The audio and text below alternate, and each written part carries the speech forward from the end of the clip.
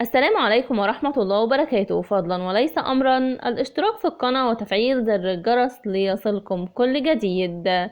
زوجة الفنان جمال عبد الناصر تكشف حقيقة تعرضه لوعكة صحية. دعونا نتعرف على التفاصيل.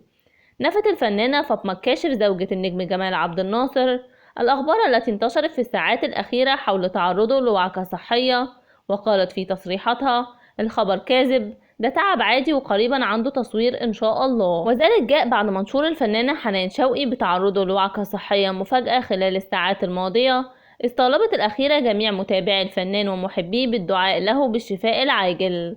وأضافت الفنانة فاطمة الكاشف إن الفنان جمال عبد الناصر يمر بأزمة صحية بالفعل، ولكنه مجرد دور برد وليس أكثر.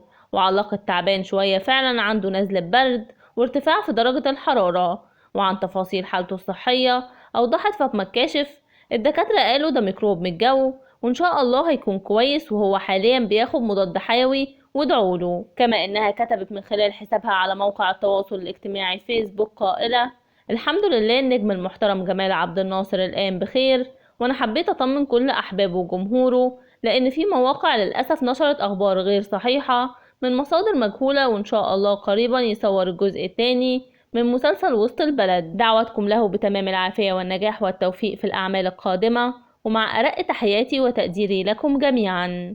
إلى هنا ينتهي الخبر. شكرا لحسن استماعكم ودعمكم المتواصل، والسلام عليكم ورحمة الله وبركاته.